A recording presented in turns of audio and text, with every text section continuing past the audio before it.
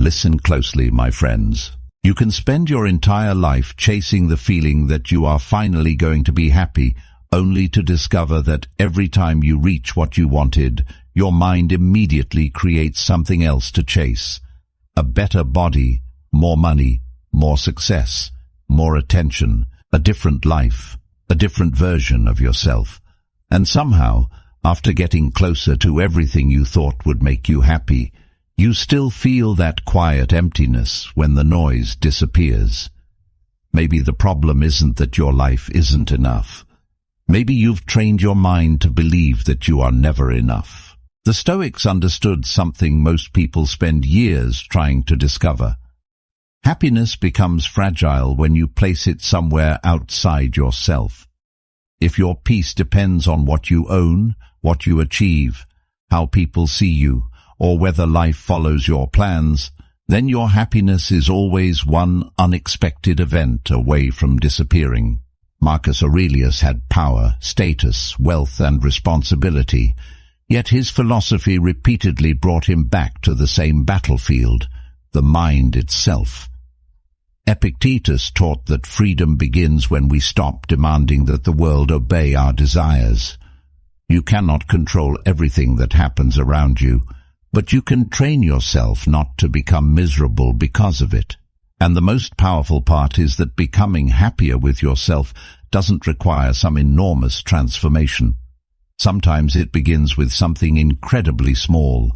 How you speak to yourself when you fail, whether you allow yourself to enjoy a quiet moment without needing stimulation, whether you compare your life to someone else's, whether you constantly chase the next achievement instead of experiencing the life already in your hands. These tiny behaviors seem insignificant, but repeated every day, they become the emotional environment you live inside. Your mind eventually lives in the atmosphere you repeatedly create for it. Think about a person carrying a heavy stone everywhere they go, then spending years searching for a better road because the journey feels painful. They change cities, careers, relationships, routines, goals, and still feel the same weight. Eventually, they realize the road was never the only problem. They were carrying something they had never learned to put down.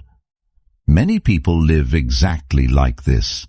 They keep changing their circumstances while carrying the same dissatisfaction, comparison, resentment, and self-rejection into every new chapter. So in this video, we're going to uncover 7 small but powerful habits that can help you become genuinely happier with yourself, not by pretending life is perfect, not by ignoring pain, and not by depending on other people to complete you, but by changing the way you experience your own mind and your own life. These habits will help you stop constantly fighting yourself, appreciate what is already present, create inner peace, and become comfortable in your own company. Because there is a difference between being alone and being at peace with yourself.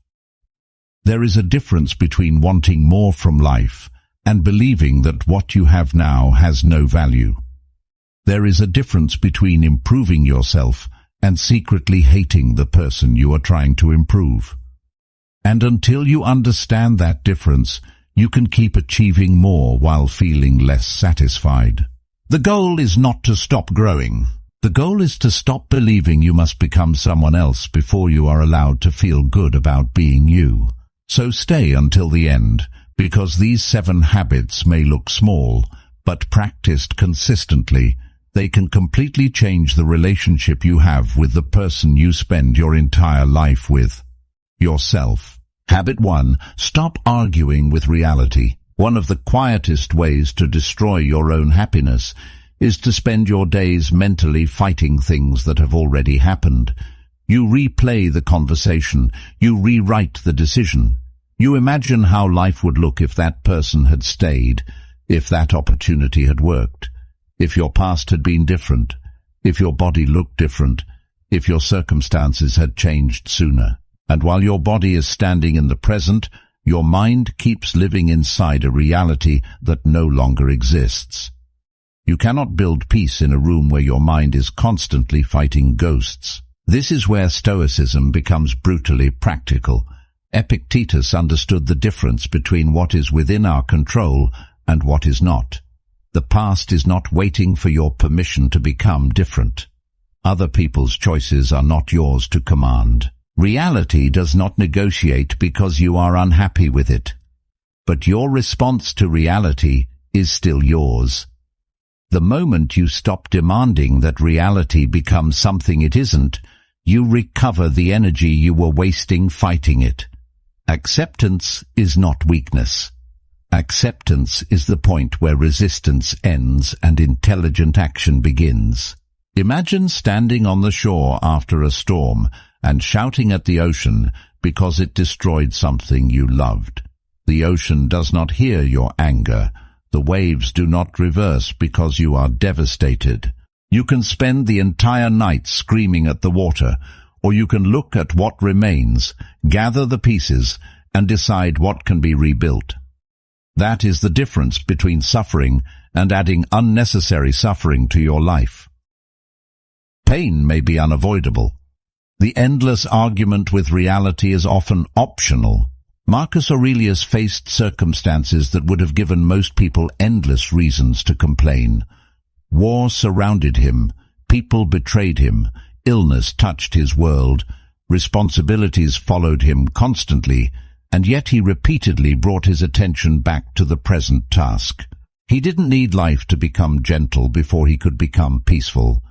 He understood that his responsibility was not to redesign the universe according to his preferences. His responsibility was to govern his own mind within the universe he had been given. And this habit begins with a very simple question. Is this something I can change, or something I must learn to accept? Ask it when someone disappoints you. Ask it when an opportunity disappears. Ask it when you make a mistake. Ask it when your plans collapse. If the answer is that you can act, then act. If the answer is that you cannot change it, then stop spending your emotional energy demanding a different reality. This question can turn a chaotic mind into a disciplined one. But acceptance does not mean becoming passive. If you hate your current health, acceptance means acknowledging where you actually are instead of pretending everything is fine. Then you train. If your career is behind where you wanted it to be, accept the starting point and build from there. If someone has left your life, accept their decision without allowing their absence to decide the rest of yours. Acceptance looks at the truth without blinking, then asks what can still be done. There is also something psychological happening here. When you repeatedly ruminate over an unchangeable event, your attention keeps returning to the same emotional wound. The event may have happened once, but your mind can replay it hundreds of times. You experience the memory again, the anger again, the regret again, the humiliation again. You cannot change the original event, but you can repeatedly recreate its emotional presence inside your mind. You may not be able to stop the past from existing, but you can stop giving it unlimited access to your present. Think of your attention as a limited currency. Every minute spent mentally fighting yesterday is a minute you cannot invest in today. Every hour spent comparing your current life with an imaginary version of your life is an hour removed from the life actually available to you. This is why Stoic acceptance is not merely philosophical, it is practical. It protects your attention from being consumed by battles you cannot win. And there is a deeper freedom hidden inside this habit. When you stop requiring reality to make you happy, you become harder to emotionally destroy. You can experience disappointment without becoming bitterness. You can experience rejection without deciding that you are worthless. You can lose something without believing you have lost everything. Your happiness becomes less dependent on circumstances because your mind stops treating every unwanted event as a personal injustice. Tonight, Think about one thing you have been mentally arguing with for weeks, months, or even years. Maybe it is something someone did. Maybe it is something you regret. Maybe it is a part of yourself you keep wishing were different. Don't force yourself to love it. Don't pretend it didn't hurt. Simply tell yourself, this is what happened. This is where I am. Now what can I do with what remains? That question is powerful because it brings you back from the imaginary world of what should have happened into the only world where your actions actually matter. You cannot make peace by winning an argument with reality. You make peace by finally accepting what is, and then using what remains to build what comes next. Habit 2. Stop measuring your life against other people. One of the fastest ways to become unhappy with yourself is to constantly use someone else's life as the measuring stick for your own. You see their success, and suddenly your progress feels small. You see their appearance, and suddenly your own reflection feels inadequate. You see their relationship, their money, their lifestyle, their confidence, and without realizing it, you turn their highlight into evidence against yourself. Comparison doesn't simply show you what someone else has. It quietly teaches you to dislike what you already have. The Stoics understood that this was a dangerous way to live, because it places your emotional state in the hands of things you cannot control. Epictetus would ask you to look at what actually belongs to you: your choices, your judgments, your effort, your character. Someone else's possessions do not become your deficiency simply because they possess them. Someone else's success does not make your journey a failure.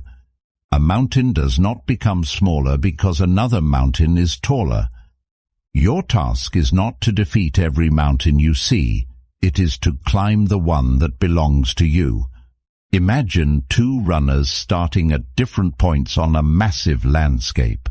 One begins with better shoes, another begins with more training, another has a shorter path, another begins much later.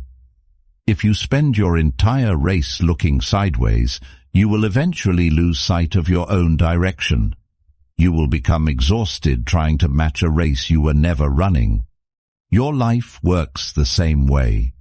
The moment you turn someone else's timeline into your deadline, peace begins to disappear. Marcus Aurelius lived in a world where status was constantly visible. He was surrounded by wealth, power, armies, politicians, and people competing for influence. Yet Stoic philosophy repeatedly redirected attention away from external rank and toward internal character. What mattered was not whether another person possessed more power, but whether he was governing himself with justice, courage, discipline, and reason. That distinction remains powerful today because modern comparison has simply become faster. The arena is now in your pocket, and you can compare yourself with thousands of people before breakfast. There is a psychological trap hidden inside this. Your mind is naturally sensitive to social information because humans evolved within groups where status and belonging could affect survival. But modern life can turn that ancient mechanism into an endless competition. You see someone else's best moment without seeing their private struggle. You see the result without seeing the years behind it. You see the body without seeing the habits that created it. You see the wealth without seeing the risks, sacrifices, failures, or circumstances behind it. You are comparing your entire life to a carefully selected fragment of someone else's, and comparison becomes even more destructive when you compare your present self with someone else's final result.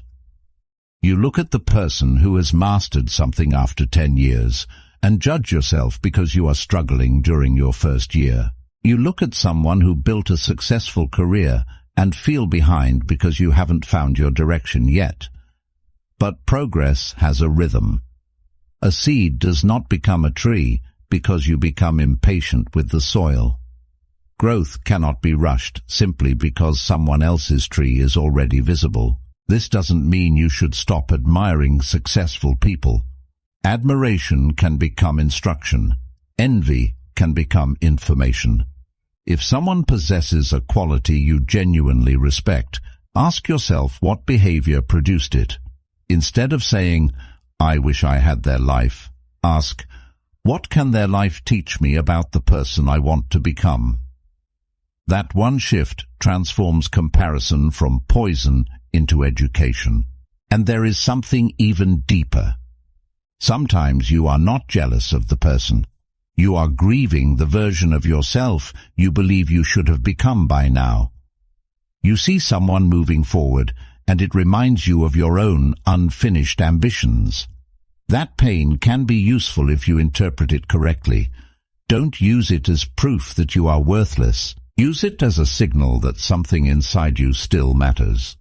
The discomfort may not be saying, "You are behind." It may be saying, "There is still something you want to build." So create a private scoreboard. Measure yourself against your own previous behavior. Are you more disciplined than you were 6 months ago? Do you recover faster from failure? Do you speak to yourself with more respect? Do you keep more promises to yourself? Do you spend your attention more wisely? These are measurements that actually belong to you. Your greatest competition is not the person on your screen.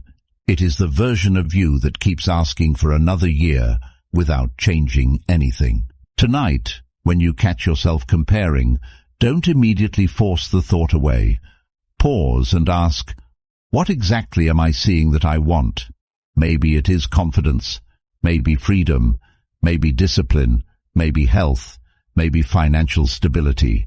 Identify the quality beneath the envy, then turn your attention toward the habit that could build it. Because happiness with yourself does not come from proving that you are better than everyone else. It comes from no longer needing someone else's life to become smaller before you can appreciate your own. You don't need their path. You need to become faithful to yours. Habit 3. Learn to enjoy your own company. There is a strange emptiness many people carry that becomes visible only when the room becomes quiet. The phone stops vibrating. The notifications disappear. Nobody is asking for anything. There is no music, no conversation, no screen demanding attention, and suddenly being alone feels uncomfortable. So they reach for something. They scroll, message someone, watch something, chase stimulation, or create unnecessary noise. But if you cannot sit peacefully with yourself for even a few minutes, you may not actually be afraid of loneliness. You may be afraid of meeting the person you have been avoiding. The Stoics treated solitude differently. Marcus Aurelius lived in a world filled with responsibility, conflict, political pressure, and human demands. Yet he repeatedly returned inward to examine his own judgments. He understood that the mind needs moments where it is not being pulled around by the outside world. This does not mean becoming isolated or rejecting people. It means becoming comfortable enough with yourself that your happiness does not collapse the moment nobody is entertaining you. A person who can enjoy his own company becomes much harder to control through loneliness. Think of a deep mountain lake. When the surface is constantly disturbed, you cannot see what lies beneath it. Every wind creates waves. Every movement creates distortion. But when the water becomes still, the depth becomes visible. Your mind is similar. Constant stimulation keeps you on the surface. Silence allows you to see what is actually happening underneath. What you fear, what you desire, what you regret, what you value, and what you have been pretending not to care about. Modern life makes this especially difficult because your attention can be occupied almost every second. You can wake up and immediately consume someone else's thoughts before hearing your own. You can eat while watching something, walk while listening to something, sit while scrolling, and sleep after consuming another 100 pieces of information. The brain rarely receives a clean moment to simply exist, and when silence finally arrives, it can feel almost threatening. But discomfort with silence is not proof that silence is bad. Sometimes it is evidence that your mind desperately needs it. There is also a deeper psychological reason this matters. When you constantly escape uncomfortable thoughts through stimulation, you never give yourself the opportunity to process them. You may temporarily feel better, but the underlying emotion remains. The unfinished conversation remains. The uncertainty remains. The insecurity remains. The regret remains. You haven't solved the problem. You have simply distracted yourself from noticing it. This is why learning to sit alone can become a form of emotional strength. You stop running from every uncomfortable thought and begin learning which thoughts deserve your attention. Epictetus taught that our judgments about events shape our experience of them. Solitude gives you a rare opportunity to observe those judgments without immediately reacting to them. You can notice, "I'm feeling rejected." Then ask, "What story am I attaching to that feeling?" You can notice, "I feel behind." Then ask, "Compared with whom?" You can notice, "I'm afraid of the future." Then ask, "What part of that future is actually within my control?" Self-awareness begins when you stop automatically believing every thought your mind produces. Try something simple. Take 10 minutes each day with no phone, no music, no television, and no conversation. Sit somewhere quiet and let your mind settle. Don't force yourself to meditate perfectly. Don't try to manufacture happiness. Simply observe. At first, you may feel restless. You may reach for your phone without even realizing it. That's exactly the point. You're discovering how dependent your attention has become on constant stimulation. With repetition, the silence becomes less threatening, and eventually, it can become one of the few places where you genuinely feel free. And then something beautiful happens. You begin discovering that happiness does not always need an event. A quiet morning can feel enough. Walking alone can feel enough. Drinking coffee while watching the world move can feel enough. Reading something meaningful can feel enough. Sitting with your own thoughts without needing to escape them can feel enough. You stop demanding that every moment entertain you before you allow yourself to enjoy it. This does not mean you should stop wanting relationships, friendship, love, achievement, or adventure. Human connection matters. The Stoics understood our social nature, but there is a difference between enjoying someone's presence and needing their presence to escape yourself. When you learn to enjoy your own company, relationships become choices rather than emotional life support. You can love someone deeply without being terrified of being alone. So tonight, don't immediately fill every empty moment. Let one moment remain empty. Sit with yourself. Listen to what your mind has been trying to say beneath all the noise. You may discover sadness.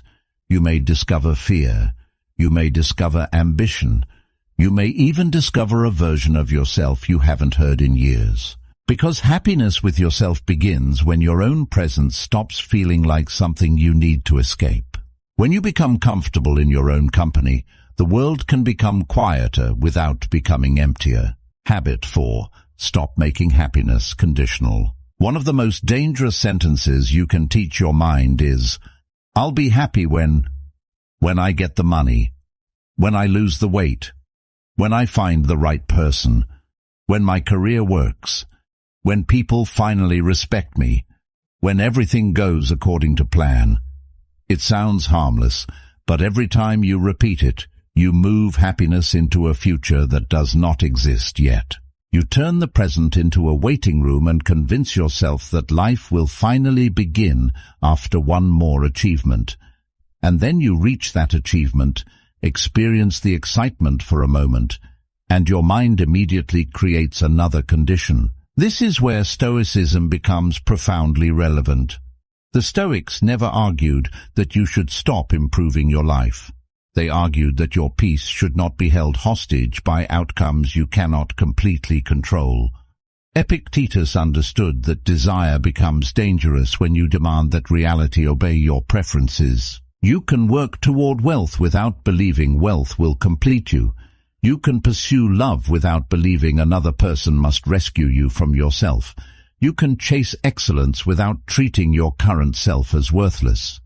The goal is progress without turning the present into punishment. Imagine a man climbing a mountain who refuses to enjoy the view until he reaches the summit.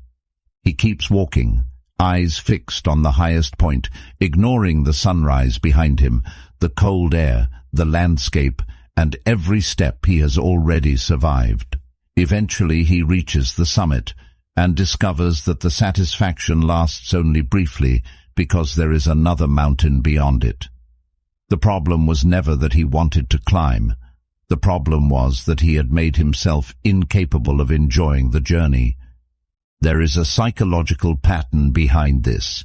Human motivation often adapts to achievements.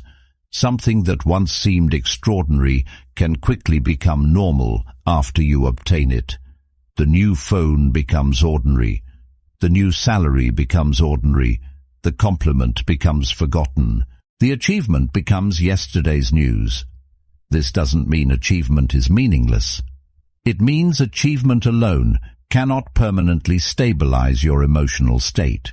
If your happiness depends entirely on the next reward, your mind will constantly move the finish line. Marcus Aurelius had every external reason to believe that status could define a person. He was an emperor, yet Stoic philosophy repeatedly directed him away from status and toward character. Imagine possessing enormous power and still reminding yourself that what matters is how you think, act, and treat other people. That is a powerful lesson for modern life. You can pursue a better life without postponing your right to appreciate the life already in your hands. This habit becomes especially important when you are improving yourself. Self-improvement can quietly turn into self-rejection. You start working out because you hate your body. You study because you believe you're stupid. You build a career because you believe you're worthless without success. You become disciplined because you secretly despise your current identity. From the outside, it looks like ambition. Inside, it is war. And eventually, even if you achieve your goals, the voice that told you that you were not enough simply chooses a new target. Real growth sounds different. I respect myself enough to become better. Not, I must become better before I deserve respect. That distinction changes everything. When discipline comes from self-respect, failure becomes information instead of humiliation. A bad workout does not become proof that you're weak. A failed project does not become proof that you're worthless.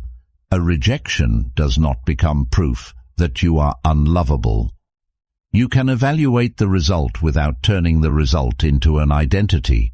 Try changing one sentence in your daily thinking. Instead of saying, "I'll be happy when I achieve this," say, "I will work toward this while learning to appreciate where I am." That does not lower your ambition. It protects your mind while you pursue it. You can want more without despising what you have. You can desire change without hating the present. You can be hungry for growth while still being grateful for the person who survived everything that brought you here. Think of a fire. A fire needs fuel to keep burning. But if you throw everything into it at once, you destroy the very thing you're trying to sustain. Your ambition needs the same balance. Goals give direction. Gratitude gives stability. Discipline gives movement. Acceptance gives peace. Remove one completely, and the system becomes fragile. A meaningful life is not built by choosing between ambition and contentment. It is built by learning how to hold both. So today, notice the conditions you have placed on your happiness. When I look better. When I make more money. When people understand me. When my life finally becomes easier. Question them. Ask yourself whether you are actually pursuing something meaningful or simply postponing your permission to feel alive. Because the future is never guaranteed to arrive in the exact form you imagine. And if you spend your entire life waiting for perfect conditions before allowing yourself to be happy, you may eventually discover that you were standing inside the life you once prayed for, but you were too busy waiting for the next one to notice. Improve your life. Chase meaningful goals, but don't postpone your peace until you reach them. Habit 5. Stop being at war with yourself. There is a kind of exhaustion that sleep cannot fix, because it comes from fighting yourself every day. You criticize your appearance, regret your decisions, replay your failures, question your worth, and compare your progress until even your own mind becomes a place you don't want to live in. You may look calm from the outside while carrying a private war inside. And the tragedy is that you can spend years trying to improve yourself while secretly treating yourself like an enemy. You cannot build a peaceful life with a mind that is constantly attacking the person living inside it. The Stoics understood that self-mastery was never supposed to mean self-hatred. Marcus Aurelius repeatedly reminded himself to return to reason, virtue, and the present task, rather than becoming consumed by judgment. The Stoic approach is not, everything I do is perfect. It is, I can acknowledge my mistakes without turning them into a verdict against my entire existence. That distinction is enormous. A disciplined person corrects himself. A destructive person condemns himself. One creates growth, the other creates shame. Think about a gardener who discovers that one section of his garden is dying. He doesn't stand over the plants screaming that they are worthless. He studies the soil. He looks at the sunlight. He checks the water. He removes what is damaging the roots and changes the conditions. Why? Because destruction does not produce growth. Your mind needs the same approach. When something in your life is not working, don't immediately say, I'm a failure. Ask, what is causing this, and what can I change? This is where the difference between guilt and shame becomes important. Guilt can say, I made a bad decision. Shame says, I am a bad person. Guilt can point toward correction. Shame attacks identity. If you fail at something, learn from the failure. If you hurt someone, take responsibility and repair what you can. If you wasted time, change the pattern. But don't turn one chapter into the definition of the entire book. A mistake is an event. It does not automatically become an identity. Modern psychology also gives us a reason to take our internal dialogue seriously. Repeated thoughts strengthen familiar mental pathways, and patterns of harsh self-criticism can reinforce negative emotional cycles. When every setback triggers the same internal attack, I'm useless, I'm behind, I'll never change, your mind begins responding automatically. But the reverse is also possible.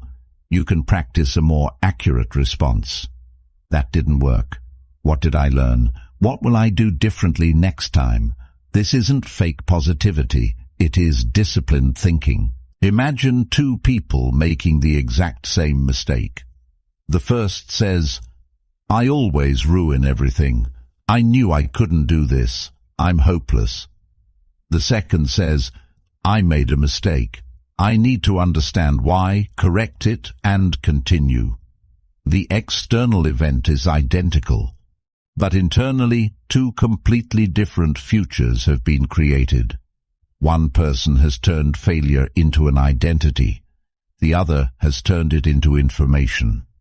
Your response to your mistakes determines whether they become teachers or chains. Epictetus taught his students to examine their judgments rather than blindly obey them.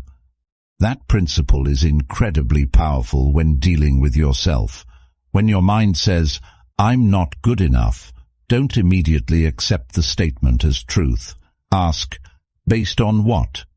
When it says, everyone is ahead of me, ask, everyone. When it says, I'll never change, ask, what evidence proves that? You don't have to believe every thought simply because it appeared inside your own head. A thought can be loud without being true. And this does not mean becoming soft with yourself. In fact, genuine self-respect often requires greater honesty. If you're wasting your time, admit it. If you're avoiding responsibility, admit it. If you're behaving badly, correct it. If you're addicted to comfort, confront it. But confront yourself like a wise teacher, not like an executioner. A teacher says, you are capable of better, so let's change this. An executioner says, you are worthless, so why even try? One demands growth because it believes in your potential. The other destroys the very person who needs to grow.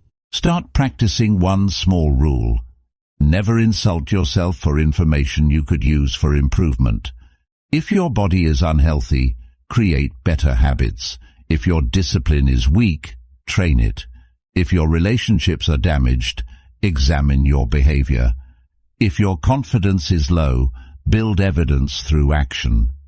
Don't spend your energy proving that you're terrible. Spend it becoming better. Because there is a powerful paradox here. The more you genuinely respect yourself, the less you need to constantly prove your worth. You can hear criticism without collapsing. You can accept failure without becoming ashamed. You can admit ignorance without feeling small. You can celebrate another person's success without feeling threatened. When your worth is no longer something you have to defend every hour, your mind becomes quieter. So tonight, pay attention to the way you speak to yourself when nobody else can hear you. That voice may be shaping your happiness more than your circumstances ever could. If you wouldn't speak to someone you love the way you speak to yourself, ask why you have accepted that voice as normal. You do not need to become perfect to be at peace with yourself. You need to become honest enough to correct yourself, humble enough to learn, and compassionate enough to continue.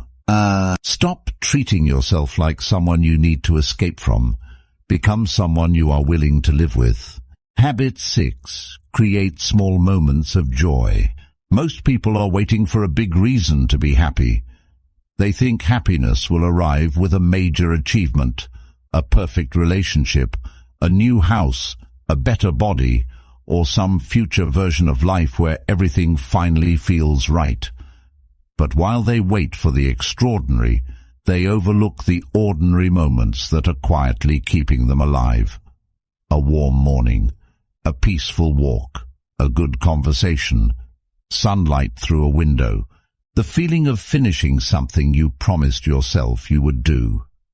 Your life is not only made of the moments you celebrate, it is made of thousands of moments you barely notice. The Stoics understood the value of appreciating what is already present.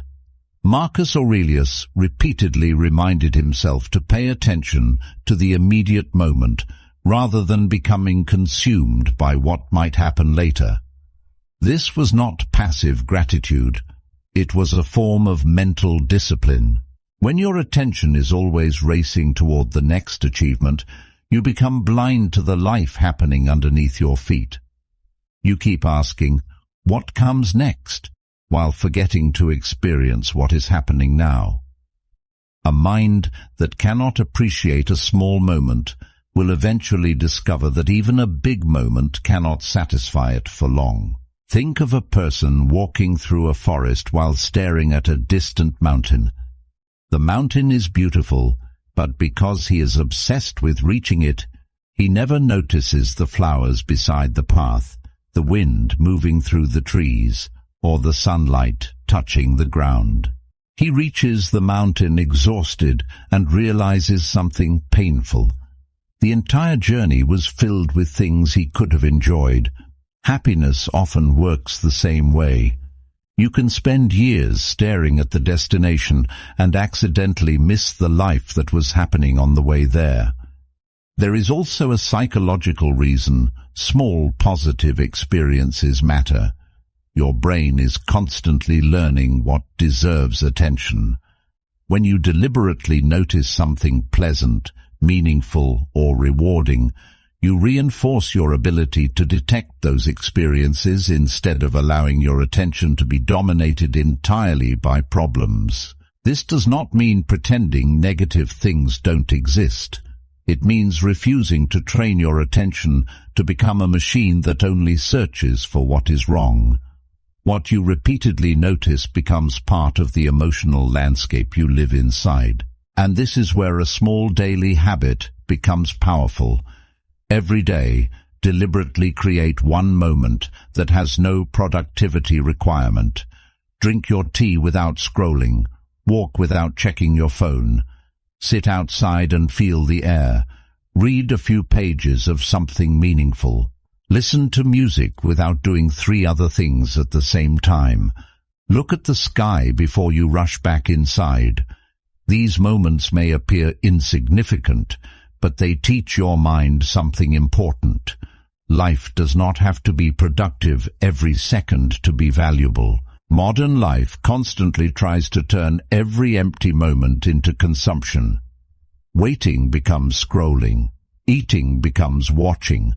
Walking becomes listening. Silence becomes notifications. Even rest can become another form of stimulation. Eventually, you can become so accustomed to constant input that simple life begins to feel boring. But boredom is not always a problem to eliminate.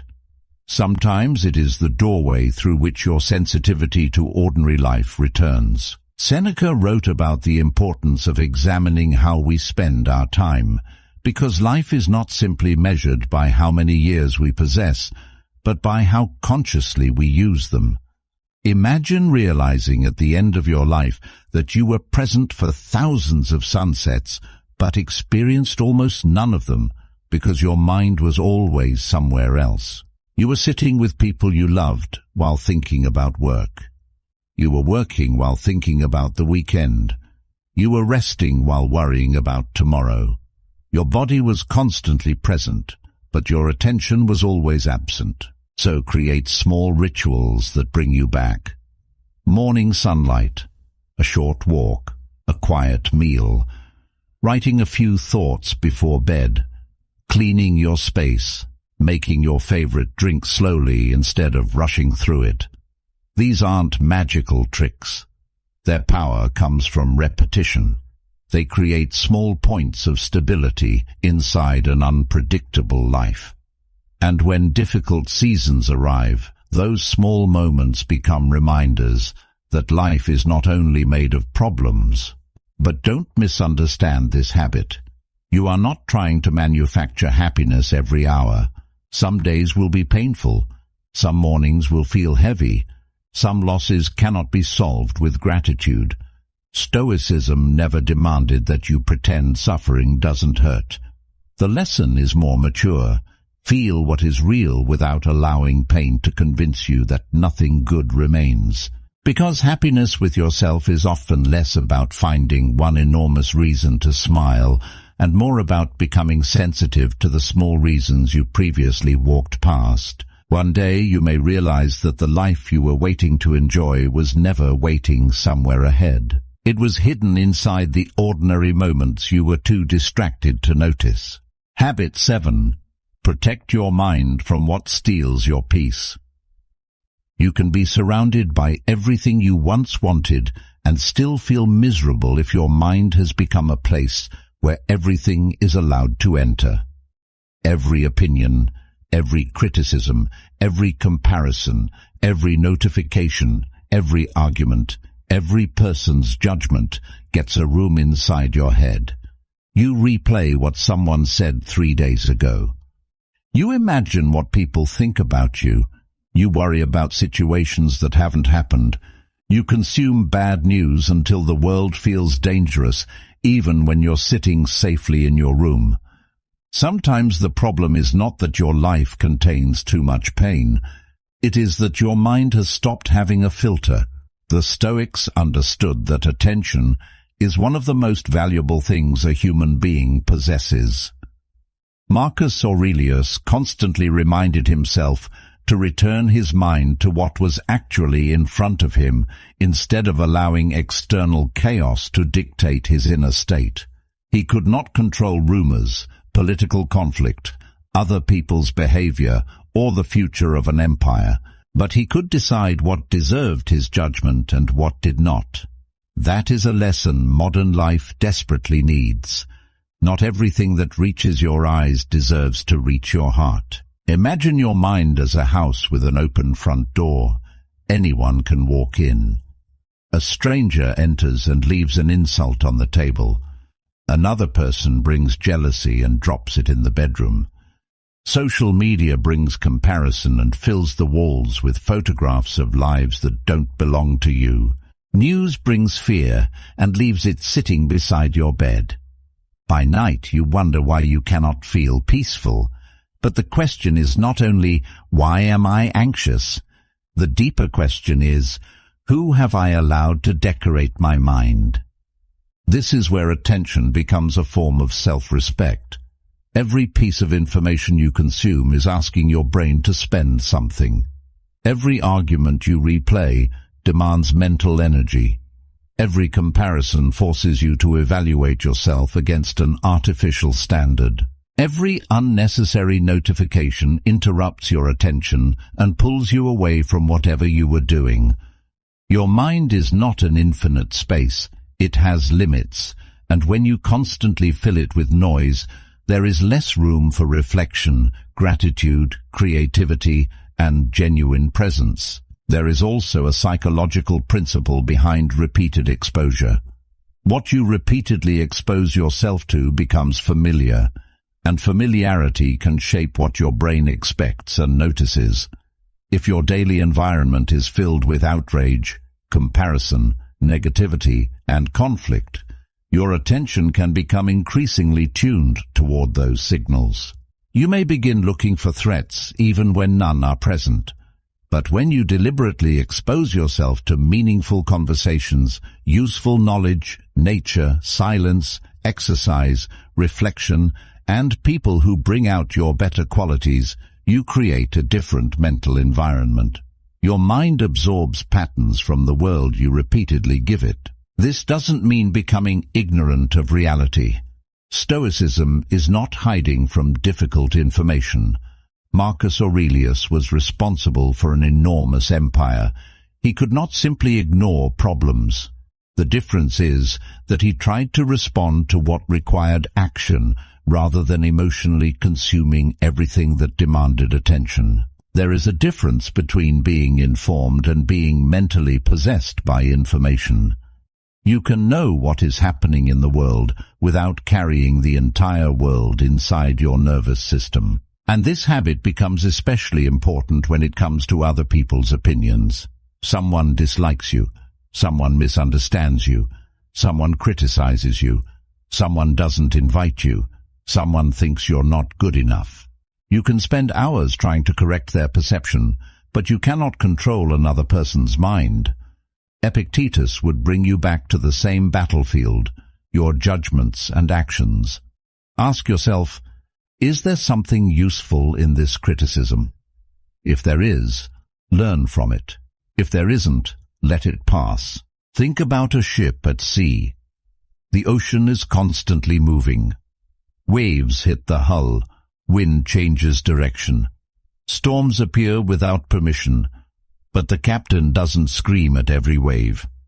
He studies the conditions, adjusts the sails, and keeps the destination in mind. Your mind needs the same discipline. The world will always produce noise. People will always have opinions. Life will always contain uncertainty.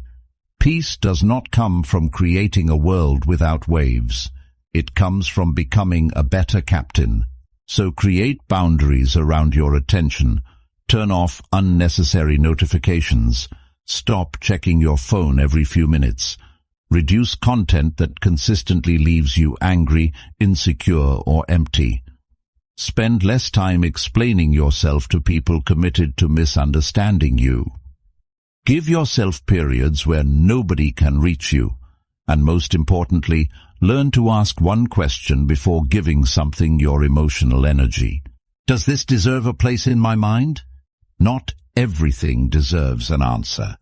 Not every insult deserves a reaction. Not every trend deserves your attention. Not every person's opinion deserves your self-doubt. Not every problem belongs to you. Because when you protect your attention, you are not becoming disconnected from life. You are finally taking ownership of the part of life that has always belonged to you, your mind. And the quieter your mind becomes, the easier it becomes to hear something that was buried beneath all the noise. You were never missing happiness. You were often just too distracted to notice it. Maybe happiness was never something you needed to find. Maybe it was something you needed to stop running away from. You learned to accept reality, stop comparing your journey, enjoy your own company, protect your peace, appreciate small moments, and stop making your happiness dependent on some future version of yourself. The Stoics understood that life will never give you perfect conditions. There will always be something missing, something uncertain, something you wish were different. But you can still choose how you meet the life in front of you. You can want more without believing you are not enough. You can improve yourself without hating yourself. You can walk alone without feeling empty. So stop waiting for the perfect life before allowing yourself to feel alive. Look around you. Notice what is already here. Be grateful for what you have. Work patiently for what you want, and make peace with the things you cannot control, because the person you keep trying to become deserves your effort. But the person you are today deserves your acceptance too. Be happy with yourself, not because your life is perfect, but because you finally understand that you don't need perfection to experience peace. And if this video helped you see yourself differently, subscribe to the channel, like this video, and share it with someone who needs to learn how to be at peace with themselves.